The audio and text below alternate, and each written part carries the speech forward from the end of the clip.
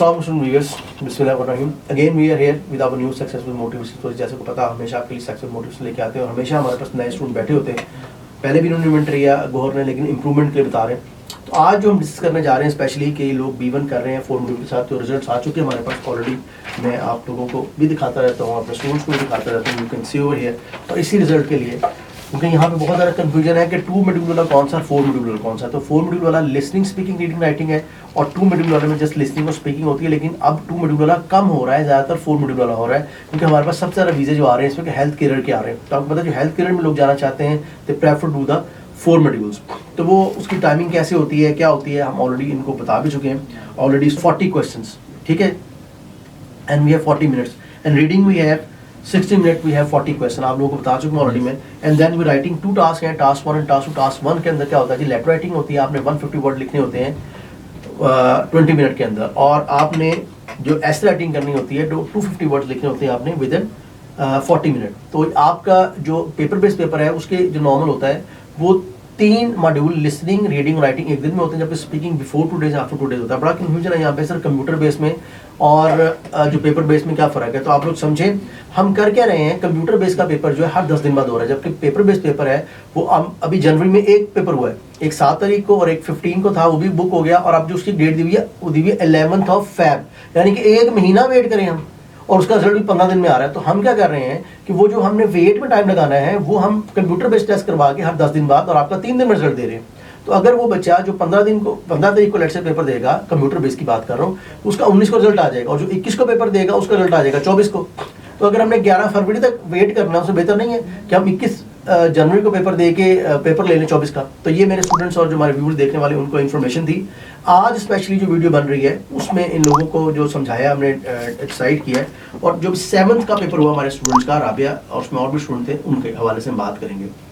तो उसके अंदर से देखिए, लिसनिंग को हम इकट्ठा नहीं कर सकते हैं, रीडिंग को इकट्ठा नहीं कर सकते। ऑलरेडी हम बुक्स करवा रहे हैं, टोटल जी 17 बुक्स अब तक आइट्स की आ चुकी हैं। और मज़े की बता दूँ, ये बड़ी अच्छी वो लोग जिनकी इंग्लिश वीक है, हमने बुक 1 से लेके बुक 17 तक उर्दू के नोट्स बना दिए, ताकि वो लोग बहन और भाई हमारे जिनकी इंग्लिश वीक है, they can take the material from us in Urdu. हाँ, पेपर तो लाजमी इंग्लिश में होगा, लेकिन आपको इंप्रूव करवाने के लिए, जैसे इंग्लिश के अलावा हम बहुत सी लैंग्वेज करवा रहे हैं, डच है, जर्मन है, चाइनीज़ है, रशियन है, उसके साथ भी उर्दू के नोट्स लेते हैं ना आप, चाहे आपने PhD क्यों ना की हो, ठीक है ना।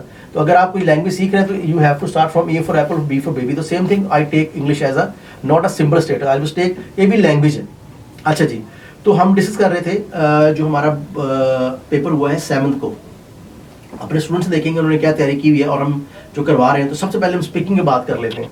जो कंप्यूटर बेस्ड का स्पीकिंग होता है, तो लेट्स से आपका पेपर जो होगा सुबह लेट्स से 10 बजे शुरू होता है, तो कंप्यूटर बेस के अंदर आपका 1 या 1:15 बजे तक कंप्लीट हो जाएगा, क्योंकि 21 को पेपर देने जा रहे हैं कि जैन को इंशाल्लाह they are going to appear, 15 को हमारे और स्टूडेंट पेपर देने जा रहे हैं, दे हैव गॉन, इंशाल्लाह उनकी वीडियो बनाएंगे, trying my best.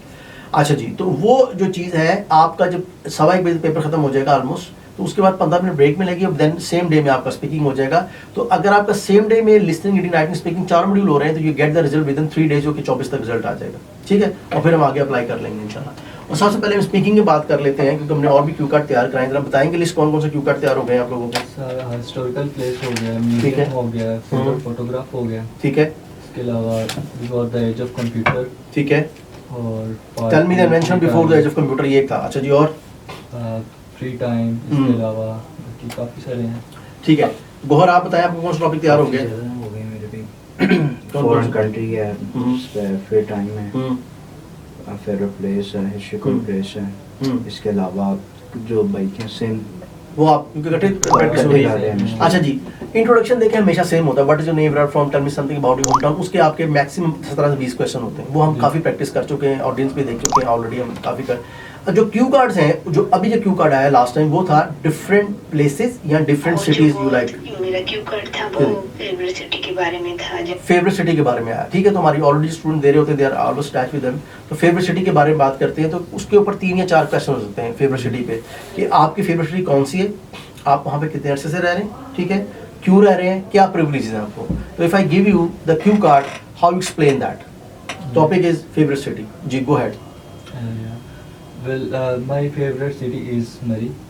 So I like very much because I already stay in Murray. So very well, and big city like very high mountains and hill. But these days are already very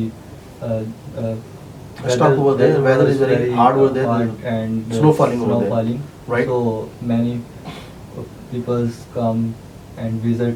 So Okay. very much like. So what do you think that are the advantages while living in a like a snow weather city? Something you want to say about that? Yeah, Advantages, disadvantages? definitely, sometimes